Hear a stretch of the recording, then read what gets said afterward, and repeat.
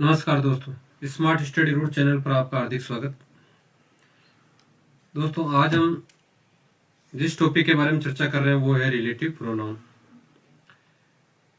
Relative pronoun जिसका शाब्दिक अर्थ होता है संबंधवाचक सर्वनाम। इसकी डेफिनेशन के बारे में हम पहले ही चर्चा कर चुके हैं कि ये संज्ञा के स्थान पर प्रयुक्त होता है। जैसे अगर हम बात करें आई है, वी है, first person, second person you है, third person he she it और दे है। अगर हम फॉर्म्स ऑफ रिलेटिव प्रोनाउन के बारे में बात करें तो सबसे पहले नॉमिनेटिव। नॉमिनेटिव का मतलब होता है कर्ता कारक।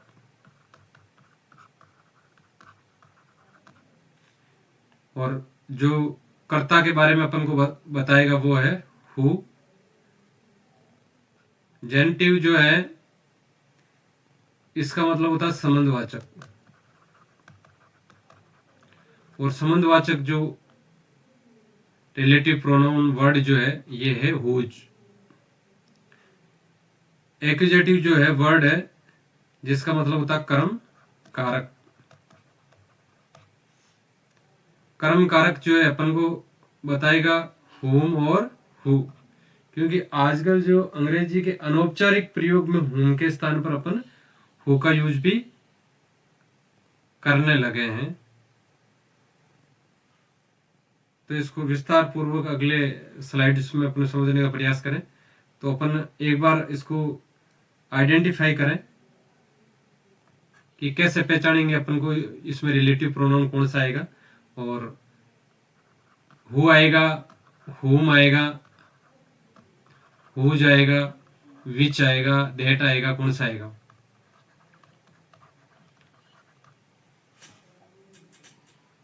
हमें इस चीज का विशेष ध्यान रखना है कि खाली जगह के अगर पहले क्या आए, व्यक्ति आए, तो खाली जगह के बाद में अगर वर्ब आए, क्या है वर्ब। अगर खाली जगह के पहले क्या है, कोई व्यक्ति आए, और खाली जगह के बाद में क्या है, कोई वर्ब आए, तो हमें क्या भरना है, हु भरना है। या देखो, खाली जगह के पहले पर्सन आ रखा, व्यक्ति आ रखा है, और खाली जगह के बाद में डायरेक्ट वर्ब नहीं आई हुई है, उसके पहले ये संबंध वाचक कोई वर्ड आया हुआ है, एक्सरसाइज, जिसकी एक्सरसाइज। तो यहाँ पे संबंध कारक के रूप में अपन किसका यूज करेंगे, हुज का यूज करेंगे। यहाँ पर देखो, ब्लैंक के पहले बॉय आया हुआ है, इसका मतलब हु, हुम और हुज में से लगेगा। लेकिन खाली स्थान के बाद में यहाँ पर देखो सब्जेक्ट आया हुआ है, ओल आया हुआ है, और सब्जेक्ट के बाद में फ्रेज आई हुई है, क्रिया। तो यहाँ पे क्या भरा जाएगा,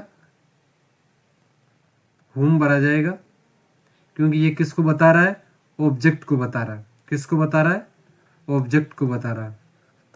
यानी कि ये क्या हुआ, कर्म कारक हुआ। इसके बाद में दिस इज द हाउस, खाली जगह, बिलोंग्स टू माई अंकल। तो ये हाउस वर्ड क्या है, कोई थिंग है। अगर कोई थिंग आई हुई है तो हमें किसका यूज करना है, विच का यूज करना। तो ये 4 सेंटेंस डिफरेंट टाइप के थे, तो अपन को इसको सिर्फ आइडेंटिफाई करना था कि इनमें कौन सा रिलेटिव प्रोनाउन आएगा। उसके बाद में हम चर्चा करें यूजेज ऑफ हु। ये किसके स्थान पर आएगा, ये सब्जेक्ट के स्थान पे आएगा। खाली जगह के अगर पहले कोई व्यक्ति दे रखा है, व्यक्ति दे रखा है, और खाली स्थान के बाद में क्या दे रखा है, वर्ब दे रखी है, तो हमें क्या भरना है, हु भरना है। खालिस्तान के पहले आया, ये मेन आया हुआ है, पर्सन है, और उसके बाद में वर्ब आई हुई है तो हमें क्या भरना है, हु भरना है। हमें खालिस्तान के पहले ही आया हुआ है और खालिस्तान के बाद में हेजिटेट्स वर्ब है यानी हिचकिचाना, तो यहाँ पर अपन को क्या भरना है, हु भरना है।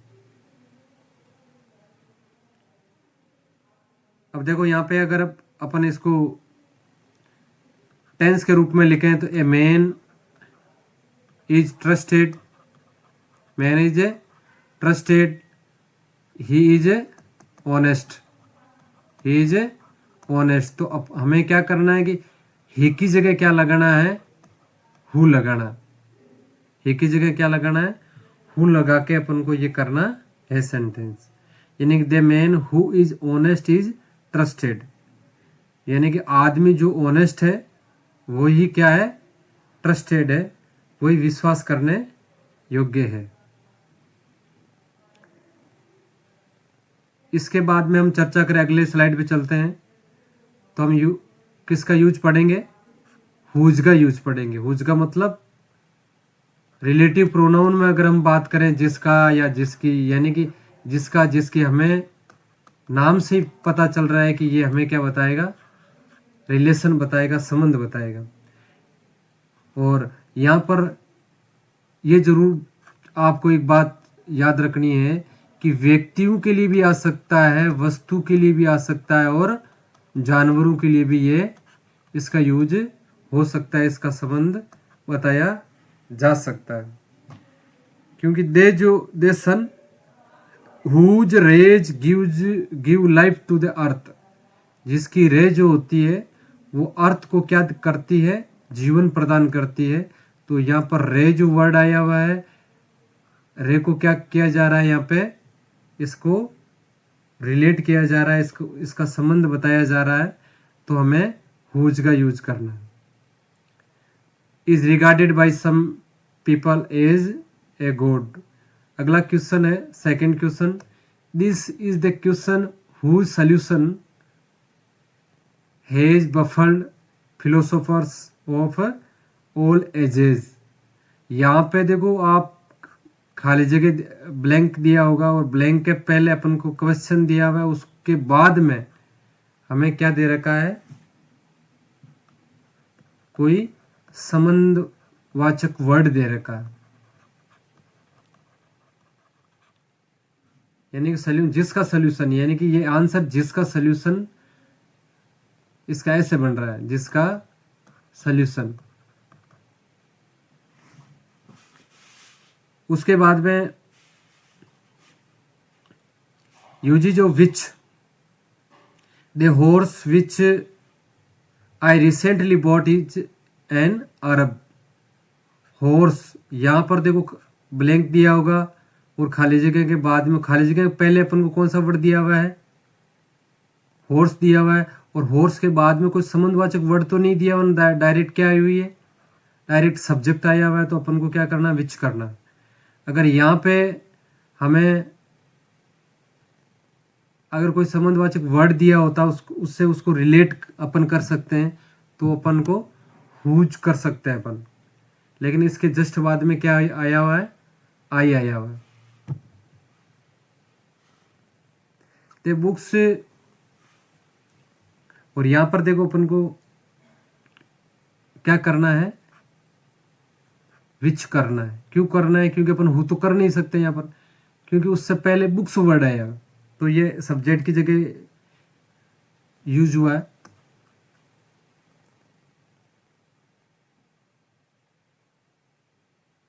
और इसके बाद में क्या आई हुई, वर्ब आई हुई। अगर यहाँ पर संबंधवाचक कोई शब्द होता तो अपन क्या कर सकते थे, हुज कर सकते थे। तो अगले नेक्स्ट वीडियो में हम चर्चा करेंगे डेट के बारे में, क्योंकि डेट का यूज है व्यक्ति, वस्तु, स्थान सभी के लिए यूज होता है। डेट का यूज अपन 7-8-10 मिनट का जो वीडियो होगा उसमें अपन अच्छे से एक्सप्लेन कर पाएंगे, क्योंकि इसमें हमने हुज और हुम के बारे में और विच के बारे में चर्चा की थी। ये इजी है, आप प्रैक्टिस करना। अगर आप ज़्यादा से ज़्यादा प्रैक्टिस करोगे, क्योंकि ये जो टॉपिक है एग्जाम की दृष्टि से बेहद इंपॉर्टेंट है। एग्जाम में इससे हर बार 2-3 क्वेश्चन जो है पुटअप होते हैं। अगर किसी भी परीक्षार्थी को अगर इसमें बार बार प्रैक्टिस करोगे तो ये शायद और इजी हो जाएगा, क्योंकि अपन क्या करते हैं, इसको इजी टॉपिक मानकर हम इसको छोड़ देते हैं। तो साथियों, आपको छोड़ना नहीं है, बार बार इस पर आपको प्रैक्टिस करनी है, और जितनी ज़्यादा प्रैक्टिस करोगे तो उतना आपके लिए ये इजी हो जाएगा। नेक्स्ट वीडियो में हम नेट के बारे में चर्चा करेंगे। तब तक के लिए नमस्कार, जय हिंद, जय भारत।